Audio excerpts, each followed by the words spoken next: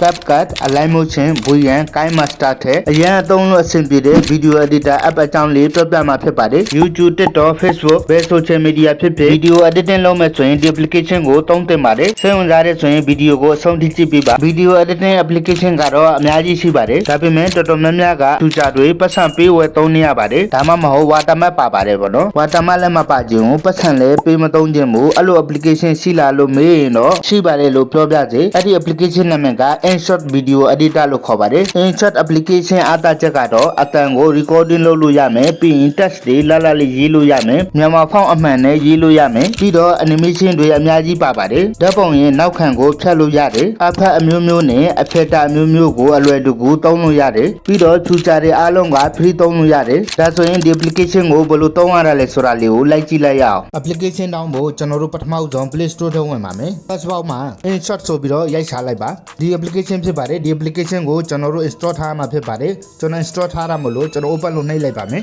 open လုပ်နှိပ်လိုက်တာနဲ့ဒီလိုမျိုးစာမျက်နှာပေါ်လာတာဖြစ်ပါတယ်ဒါကတော့ video ကိုကျွန်တော်တို့ editor လုပ်တဲ့ဟာပေါ့နော်ဒါကတော့ကျွန်တော်တို့ photo ကို editor လုပ်တဲ့ဟာပေါ့နော်ဒါကတော့ photo တစ်ခုနဲ့တစ်ခုကျွန်တော်တို့ဆက်တဲ့ဟာပေါ့နော်အခုကကျွန်တော်တို့ video လုပ်မှာမလို့ကျွန်တော် video ကိုနှိပ်ပါမယ် video ကိုနှိပ်လိုက်တာနဲ့ဒီလိုမျိုးလေးပေါ်လာတာဖြစ်ပါတယ်ပေါ့နော်အဲဒီကကျွန်တော်ကိုလုပ်ထားတဲ့ video မို့လို့ဒီလိုမျိုးပေါ်နေတာဖြစ်ပါတယ်ကျွန်တော်တို့အသစ်လုပ်မှာမို့လို့အပေါ်ကကျွန်တော်တို့ဒီမှာ news ဆိုတဲ့ဟာလေးကိုတစ်ချက်နှိပ်ပါမယ်နှိပ်လိုက်ပြီဆိုရင်ကျွန်တော်တို့ gallery ထက်တန်းရောက်သွားတာဖြစ်ပါတယ်အဲ့ဒါဆိုရင်နောက်ခန်းလေးကိုကျွန်တော်တို့အရင်ဆုံးထည့်ရမှာဖြစ်ပါတယ်ဒါဆိုရင်ကျွန်တော်မြန်မြန်လေးရွေးလိုက်ပါမယ်နောက်ခန်းတစ်ခုခုရွေးပြီးပြီဆိုရင်ဒီဟာလေးကိုအမှန်ချက်လက်ချက်လိုက်ပါချက်လိုက်ပြီဆိုရင်ဒီလိုမျိုးစာမျက်နှာပေါ်လာမှာဖြစ်ပါတယ်ဒီမှာကျွန်တော်တို့ watermark လို့ပေါ်ပါတယ်ဒီ watermark ကိုကျွန်တော်တို့ဖျောက်ပြလို့ရပါတယ်ဒီ watermark လေးတစ်ချက်နှိပ်လိုက်ပါမယ်ဒီမှာ free remove ဆိုတာလေးကိုတစ်ချက်နှိပ်လိုက်ပါမယ်ခဏဆောင်အောင်မှာဖြစ်ပါတယ်ခဏဆောင်ပြီးပါဒါဆိုရင်ဒီနာ watermark ကပျောက်သွားတာဖြစ်ပါတယ်ကျွန်တော်တို့က TikTok အတွက်ဗီဒီယိုလုပ်မှာလားဒါမှမဟုတ် YouTube အတွက်ဗီဒီယိုလုပ်မှာလားဆိုတာလေးကိုကျွန်တော်တို့ဆုံးဖြတ်ပြီးတော့ဒီ camera ဆိုတဲ့လေးကိုတစ်ချက်နှိပ်ပါမယ်camera နှိပ်ပြီးသွားပြီဆိုရင်ဒီမှာအများကြီးကြာလာပါတယ်ပေါ့နော်ဒီမှာ TikTok တွေဒီမှာ Instagram တွေပြီး YouTube တွေ Facebook တွေအကုန်ကြာလာတာပေါ့နော်ကိုကြိုက်တဲ့နှစ်သက်ရလေးကိုရွေးပြီးတော့ကျွန်တော်တို့လုပ်လိုက်ပါမယ်ကျွန်တော် YouTube အတွက်လုပ်မှာမလို့ YouTube ပဲရွေးလိုက်ပါမယ်ဒီအမှန်ချစ်လက်ကိုချစ်လိုက်ပါမယ်။မှာသူ့ဟာနဲ့သူကျွန်တော်တို့ကွက်တိကြသွားတာဖြစ်ပါတယ်။အဲ့ဒါပြီးပြီဆိုရင်ကျွန်တော်တို့သချင်းတွေထည့်လို့ရမယ်။ဒီမှာသချင်းထည့်တဲ့ဟာပေါ့နော်။ဒီကောင်ကကျွန်တော်တို့စတီကာတွေထည့်တဲ့ဟာပေါ့နော်။ပြီးတော့ဒီမှာကျွန်တော်တို့စာရေးတဲ့ဟာလေးပေါ့နော်။ပြီးရင်ဒီမှာအဖက်ထည့်တဲ့ဟာလေးဒီမှာဖက်တာတွေပေါ့နော်။အဲ့ဒါပြီးရင်ကျွန်တော်တို့ဒီဘက်ကိုနည်းနည်းဆက်တွန်းမယ်ဆိုရင်ဒီမှာ PIP ဆိုတာလေးပေါ်ပါတယ်ပေါ့နော်။ဒီ PIP ကိုကျွန်တော်တို့အပေါ်မှာတစ်ခုခုဓာတ်ပုံတွေဒါမှမဟုတ်ဗီဒီယိုတွေထပ်ပြီးတော့တင်လို့ရတဲ့ဆိုတာလေးပြောချင်တာဖြစ်ပါတယ်ဒါလေးနှိပ်ပြီးတော့ကျွန်တော်ပြပြပေးပါမယ်ဒီ PIP ကိုတစ်ချက်နှိပ်လိုက်ပါမယ် PIP နှိပ်လိုက်တာနဲ့ gallery ထက်တက်ရောက်သွားတာဖြစ်ပါတယ်ဒီအပေါ်ကဗီဒီယိုဖြစ်ပါတယ်ပေါ့နော်ဒီကောင်ကကျွန်တော်တို့ photo တွေဖြစ်ပါတယ်ကျွန်တော်တို့ photo ထည့်ရမှာမို့လို့ကျွန်တော်တို့ photo ပဲသွားလိုက်ပါမယ်ဒါဆိုရင်ဓာတ်ပုံလေးထည့်လိုက်ပါမယ်ဓာတ်ပုံလေးထည့်လိုက်ပြီဆိုရင်ဒီလိုမျိုးပေါ်လာမှာဖြစ်ပါတယ်ဒီမှာကျွန်တော်တို့ဒီဟာလေးကိုဆွဲပြီးတော့ကျွန်တော်တို့ adjust လုပ်လို့ရပါတယ်အဲ့ဒါပြီးပြီဆိုရင်ဒီမှန်ချစ်ကိုချက်လိုက်ပါမယ်ဒါဆိုရင်ကျွန်တော်တို့သချင်းထဲမှာဆိုရင်ဒီနေရာ audio ဆိုတဲ့နေရာကိုအရင်ဆုံးသွားပါမယ် audio နှိပ်လိုက်ပါမယ် audio နှိပ်ပြီးသွားပြီဆိုရင်ကျွန်တော်တို့ဒီမှာ music ဆိုတာရှိပါတယ်အဲ့ဒါလေးကိုနှိပ်လိုက်ပါမယ် music ကိုကျွန်တော်တို့ဒီမှာထည့်လို့ရမှာဖြစ်ပါတယ်ပေါ့နော်ကြိုက်တဲ့ music ကိုရွေးမရွေးချင်ဘူးဆိုရင်လည်းကျွန်တော်တို့ဒီ gallery ထဲမှာရှိတဲ့ music ကိုရွေးချင်နေဆိုရင်ဒါလေးကိုတစ်ချက်နှိပ်လိုက်ပါဒါလေးကိုနှိပ်လိုက်ပြီဆိုရင်ကျွန်တော်တို့ audio file ထဲရောက်သွားတာဖြစ်ပါတယ်ဒါဆိုရင်ကျွန်တော်တို့သချင်းတစ်ပုတ်လေးထည့်လိုက်ပါမယ်တချင်းနှိပ်ပြီးတာနဲ့ဘေးနား use ကိုနှိပ်လိုက်ပါ use နှိပ်ပြီးပါပြီဆိုရင်ဒီမှာရပါပြီတချင်းမထည့်ချင်ဘူး recording လုပ်ချင်နေဆိုရင်ကျွန်တော် recording လည်းလုပ်လို့ရမှာဖြစ်ပါတယ်ဒီမှာ recording ဆိုတာလေးပေါ်ပါတယ်ဒါလေးကိုတစ်ချက်နှိပ်လိုက်ပါမယ်နှိပ်ပြီးပါပြီဆိုရင်ဒီအနီအောင်အဆက်လေးကိုနှိပ်လိုက်ပါမယ် recording လုပ်ပြီးပါပြီဆိုရင်ကျွန်တော်တို့ဒီဘေးနားမှာရှိတဲ့အမှန်ချက်ကိုချစ်လိုက်ပါမယ်အမှန်ချက်ကိုချစ်ပြီးပါပြီဆိုရင်ဒီလိုမျိုးပေါ်လာမှာဖြစ်ပါတယ်ဒီ recording ကကျွန်တော်တို့ဘေးနားအတန်လေးပါနေတယ်ကျွန်တော်ရှင်းနောက်လေးဖြတ်ချင်ဖြတ်လို့ရပါတယ်ဒါဆိုရင်ဘယ်လိုဖြတ်မလဲဆိုတာလေးကိုပြပြပေးပါမယ်ပထမဦးဆုံးဒီမှာ edit ကိုနှိပ်ပါမယ် edit နှိပ်လိုက်ပြီဆိုရင်ဒီလိုမျိုးဖြစ်လာမှာဖြစ်ပါတယ်ဒီဟာလေးကိုကျွန်တော်တို့ဆွဲပြီးတော့ဒီမှာ adjust လုပ်လို့ရပါတယ်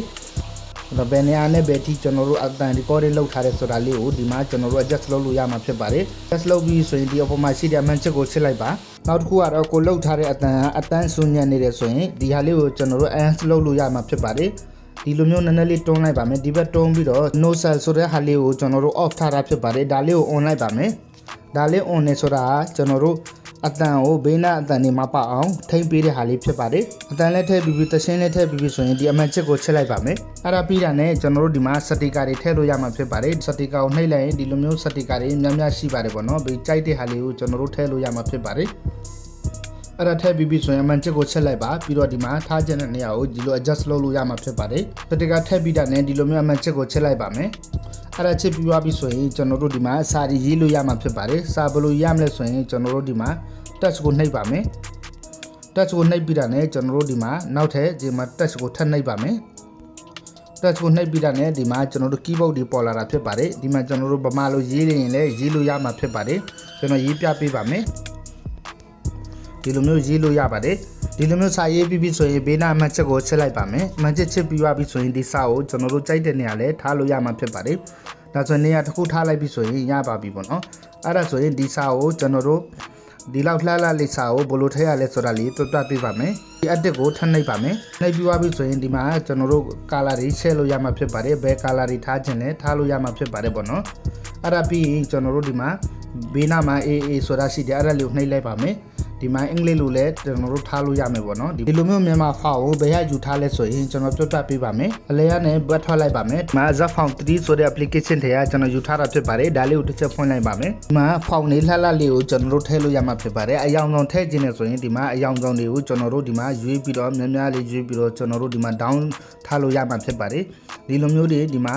emoji font ဆိုတာလည်းရှိတယ်ပေါ့နော်ဒီမှာ stylist font နဲ့ English font ပေါ့နော်ဒီအောက်မှာကျွန်တော်တို့မြန်မာ font ရှိပါတယ်အဲမြန်မာ font ကိုကျွန်တော်တို့ဒီမှာ CO ဆိုတာလေးကိုတစ်ချက်နှိပ်လိုက်ပါမယ်နှိပ်ပြီးကျွန်တော်တို့မြန်မာ font နေအများကြီးကြာလာမှာဖြစ်ပါတယ်ခဏလေးစောင့်ပြပါမှာကိုကြိုက်တဲ့ရမြန်မာ font လှလှလေးကိုကျွန်တော်တို့ down ထားမှာဖြစ်ပါတယ်ပေါ့နော်ဒီဟာလေးကိုနမူနာနဲ့ကျွန်တော် down ပြပေးပါမယ်ဒါလေးကိုနှိပ်လိုက်ပါနှိပ်ပြီးဒီမှာအောက်ဆုံးမှာရှိတယ်ဒီမှာ download ကိုနှိပ်လိုက်ပါမယ်download နှိပ်ပြီးတာနဲ့ခဏစောင့်ပြပါဒီမှာ apply ပေါ်ပြီဆိုရင်ဒီ apply ကိုပဲထပ်နှိပ်ပါမယ်ထပ်နှိပ်ပြီးကျွန်တော်တို့ဒီမှာ okay လို့ okay ဆိုတဲ့ဟာလေးကိုထပ်နှိပ်လိုက်ပါမယ်အဲ့ဒါဆိုရင်ကျွန်တော်တို့ရပါပြီအဲ့ဒါကိုကျွန်တော်အလဲရနဲ့ဘတ်ထွက်လိုက်ပါထွက်ပြီးတာနဲ့ခုနကကျွန်တော်တို့ install application တွေကိုသွားပါမယ်တော့ခုနနေရာရောက်ပြီဆိုရင်ကျွန်တော်တို့ဒီဟာလေးကိုဒီမှာ download ဆိုတဲ့ဟာလေးကိုတစ်ချက်နှိပ်လိုက်ပါမယ်နှိပ်ပြီး file manager ထဲတန်းရောက်လာမှာပါဘောအဆက်30ကိုနှိပ်ပါမယ် font ဆိုတဲ့ဟာလေးကိုတစ်ချက်နှိပ်လိုက်ပါမယ်ဒီမှာမြန်မာ font down ထားလားဒီ font down ထားလားဆိုတာလေးကိုကိုယ့်ဘက်ကိုကျွန်တော်တို့ရွေးလိုက်ရမှာဖြစ်ပါတယ်ဒါဆိုရင်ကျွန်တော်မြန်မာ font down ထားတာမို့လို့မြန်မာလိုနှိပ်လိုက်ပါမယ်ဒီမှာကျွန်တော်တို့ဒီမှာ၄ခု down ထားတာဖြစ်ပါတယ်ဒါဆိုရင်ဒီဟာလေးကိုကျွန်တော်အရင်ဆုံးရွေးလိုက်ပါမယ်ဒါလေးကိုနှိပ်လိုက်ပြီးရင်ကျွန်တော်တို့ဒီမှာ font ကဒီမှာ automatic ဒီမှာပြောင်းသွားတာဖြစ်ပါတယ်ပေါ့နော်ဒီမှာ font ကပြောင်းသွားပါတယ်ဒီလိုမျိုးတွေကျွန်တော်တို့ဖောင်လေးလှလှလေးကိုကျွန်တော်တို့ပြင်လို့ရမှာဖြစ်ပါတယ်ပေါ့နော်ပြီးတော့စားလည်းမှန်ပါတယ်အဲ့လောက်ပြီးသွားပြီဆိုရင်ဒီအပေါ်ကအမှတ်ချက်ကိုချက်လိုက်ပါမယ်ဒီအောက်ဆုံးမှာရှိတဲ့ဒီစာကိုလည်းဒီလိုမျိုးဆွဲလို့ရသလိုစာတွေကိုလည်းကျွန်တော်တို့နေရာချထားလို့ရမှာဖြစ်ပါတယ်ပေါ့နော်အဲ့ဆိုရင်ကျွန်တော်တို့နေရာလေးတစ်ခုချထားလိုက်ပါမယ်ဒီမှာအကြီးအသေးလေးလုပ်လို့ရမှာဖြစ်ပါတယ်ပေါ့နော်အဲ့ဒီနှိပ်ပြီးတာနဲ့ဒီဟာလေးကိုတစ်ချက်နှိပ်လိုက်ပါမယ်ဒီမှာ in ပေါ့နော်ဒီမှာ out ပေါ့နော်ဒါလေးကိုကျွန်တော်တို့ adjustment လုပ်လို့ရမှာဖြစ်ပါတယ်ဒီလိုမျိုးလေးကျွန်တော်တို့ဒီမှာရွေးပြီးတော့ဒီမှာကျွန်တော်လုပ်လို့ရမှာဖြစ်ပါတယ်ဒီဟာလေးကိုဘယ်နှစက္ကန့်ထားမလဲဆိုတာလေးပါကျွန်တော်တို့ဒီမှာရွေးချယ်လို့ရမှာဖြစ်ပါတယ်ကုန်လုပ်ပြီးသွားပြီဆိုရင်ဒီဘေးနာအမှန်ချစ်ကိုချက်လိုက်ပါမယ်အဲ့ဒါဆိုရင်ကျွန်တော်တို့ဒီမှာကျွန်တော်တို့ဒီလို recording နိုးလာလေးကိုစာရီဖြစ်လာတာဖြစ်ပါတယ်အဲ့ဒါပြီးတာနဲ့နောက်တစ်ဆင့်သွားပါမယ်ဒါပြီးပြီဆိုရင်ကျွန်တော်တို့ဒီအောက်ဆုံးမှာရှိတဲ့အမှန်ချစ်ကိုချက်လိုက်ပါမယ်ချက်ပြီးပြီဆိုရင်ငကိုနေရာပြန်ရောက်လာတာဖြစ်ပါတယ်ဒီနောက်တစ်ခုကတော့အဖက်ထည့်လို့ရမှာဖြစ်ပါတယ်ဒီအဖက်ကိုကျွန်တော်တို့ထည့်ခြင်းထည့်ပေါ့နော်မထည့်ခြင်းလည်းရပါတယ်ပေါ့နော်ဒီမှာအဖက်တွေဒီမှာထည့်လို့ရမှာဖြစ်ပါတယ်ဒီလိုမျိုးပါဒီမှာနောက်ခံနေဒီမှာပြောင်းသွားတာဖြစ်ပါတယ်ပေါ့နော်အမှန်ချစ်ကိုချက်လိုက်ပါမယ်အဲ့ဒါပြီးရင်ကျွန်တော်တို့ filter တွေထည့်လို့ရမှာဖြစ်ပါတယ် filter ကိုနှိပ်လိုက်ပါဒီမှာ filter ကိုထပ်နှိပ်လိုက်ပါမယ် filter ကိုနှိပ်ပြီးတာနဲ့ကျွန်တော်တို့ဒီလိုမျိုးတွေ filter တွေကျွန်တော်တို့ဒီမှာပြောင်းလို့ရမှာဖြစ်ပါတယ်ပေါ့နော်ကိုပြောင်းခြင်းပြောင်းပေါ့မပြောင်းခြင်းလည်းရပါတယ်ဒါတော့ခုနကကျွန်တော်တို့ဓာတ်ပုံနဲ့ဗီဒီယိုတွေအပေါ်ကိုထပ်တင်တဲ့ဟာလေးဖြစ်ပါတယ်အဲ့ဒါပြီးတာနဲ့ဒီမှာ precut ရှိပါတယ်ပေါ့နော်အဲ့ precut ကိုနှိပ်လိုက်ရင်ဘယ်လောက်အရှိထားမလဲဆိုတာလေးကိုဒီ future လေးဖြစ်ပါတယ်အဲ့ဒါပြီးတာနဲ့ဒီ split ရှိပါတယ် split ကကြတော့ဒီကနေဒီထိပဲပုံယူမယ်ဆိုရင်ဒီ split ကိုကျွန်တော်တို့နှိပ်လိုက်ရမယ်ဆိုရင်ဗီဒီယိုကကျွန်တော်တို့နှစ်ချမ်းဖြတ်သွားတယ်ပေါ့နော်ဒီဗီဒီယိုကိုဒီမှာဖြတ်ခြင်းဖြတ်လို့ရတာဖြစ်ပါတယ်အဲ့ဒါပြီးရင်ကျွန်တော်တို့ဒီဗီဒီယိုထဲမှာကပါဘူး touch တွေသရှင်းတွေကျွန်တော်တို့ဒီ split နဲ့ပဲကျွန်တော်တို့ဒီမှာဖြတ်လို့ရမှာဖြစ်ပါတယ်။ပြီးတာနဲ့ကျွန်တော်တို့ဒီမှာ background တွေကျွန်တော်တို့ background တွေအဆင်ပြေသလို background တွေထားလို့ရမှာဖြစ်ပါတယ်ပေါ့နော်အဲ့ဒါပြီးတာနဲ့ဒီမှာကျွန်တော်တို့ speed ရှိပါတယ်ပေါ့နော်ဒီ video ဘယ်လောက်နှုန်းနဲ့ကျွန်တော်တို့ကြည့်ဘယ်လောက်နှုန်းနဲ့ကျွန်တော်တို့ကြည့်လို့ရတယ်ဆိုတာလေးကိုဒီမှာချိန်လို့ရမှာဖြစ်ပါတယ်အဲ့ဒါပြီးရင်ကျွန်တော်တို့ဒီမှာ animation တွေရှိပါတယ်ပေါ့နော်အဲ့ဒါပြီးရင် cut out ကဘယ်လိုလုပ်လို့လဲဆိုတာလေးကိုပြပြပေးပါမယ်ပထမဦးဆုံးကျွန်တော်တို့ဒီမှာ PIP ကိုဝင်ပါမယ် PIP ဝင်ပြီးတာနဲ့နှိပ်ပြီးတော့ကျွန်တော်တို့ဓာတ်ပုံတွေထည့်လိုက်ပါမယ်ထည့်ပြီးတာနဲ့ကျွန်တော်တို့ဒီမှာ cut out ကိုနှိပ်ပါမယ် cut out နှိပ်ပြီးတာနဲ့ကျွန်မကိုထပ်နှိပ်ပါမယ်ခရိုမောင်နှိပ်လိုက်တာနဲ့နောက်ခန်းလေးကိုကျွန်တော်တို့ပြောင်းလို့ရမှာဖြစ်ပါတယ်နောက်ခန်းလေးကိုပြောင်းပြီးပြီဆိုရင်ဘေးနားမှတ်ချက်ကိုချက်လိုက်ပါအဲ့ဒါဆိုရင်ကျွန်တော်တို့ဒီမှာဒီလိုမျိုးလေးနောက်ခန်းပျောက်သွားတာဖြစ်ပါတယ် AI cut ဆိုတာကျွန်တော်တို့နှိပ်လိုက်တာနဲ့ကျွန်တော်တို့ဒီမှာ automatic ကိုကျွန်တော်တို့ဖြတ်တောက်ပေးတယ်ဆိုတာလေးကိုပြောချင်တာဖြစ်ပါတယ်ဒါကတော့ကျွန်တော်တို့ပတ်စံပေးနေရမှာဖြစ်ပါတယ် loss 3ချက်နဲ့ဆိုရင်ကျွန်တော်တို့ဒီမှာတစ်ခုလောက်ပဲသုံးလို့ရမှာဖြစ်ပါတယ်ဒါကတော့မလိုပါဘူးပေါ့နော် crop ဆိုတာလေးကတော့လူတိုင်းသိပါတယ်ဒါကျွန်တော်တို့ဒီမှာချိန်နေဟာလေးဖြစ်ပါတယ်ပေါ့နော်ဒီမှာလည်းချိန်လို့ရပါဖြစ်ပါတယ်ဒီ switch ဆိုတာလေးကကျွန်တော်တို့ဗီဒီယိုကနှစ်ထပ်တင်ထားတဲ့ဆိုရင်ဗီဒီယိုကအပေါ်နဲ့အောက်လေးကျွန်တော်တို့ရွှေ့လို့ရတယ်ဆိုတာလေးကိုပြောချင်တာဖြစ်ပါတယ်ဒီ match ဆိုတာလေးကကျွန်တော်တို့လူတိုင်းဒီပါသိမယ်လို့ထင်ပါတယ်ဒါလေးကိုနှိပ်ပြီးတာနဲ့ဒီလိုမျိုးလေးကျွန်တော်တို့ချိန်ပြီးတော့သူကပေါ်လာရင်အဲ့လိုမျိုးလေးဖြည်းဖြည်းချင်းပေါ်လာတာ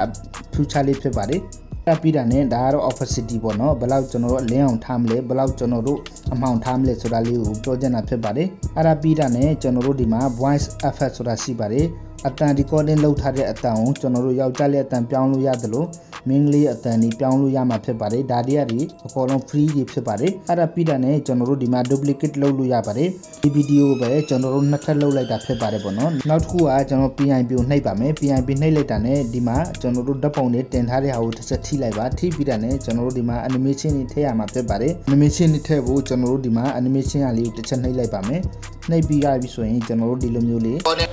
ဒီမှာဒီလိုမျိုးလေးလာတာဖြစ်ပါတယ်ပေါ့နော်ဒီလိုမျိုး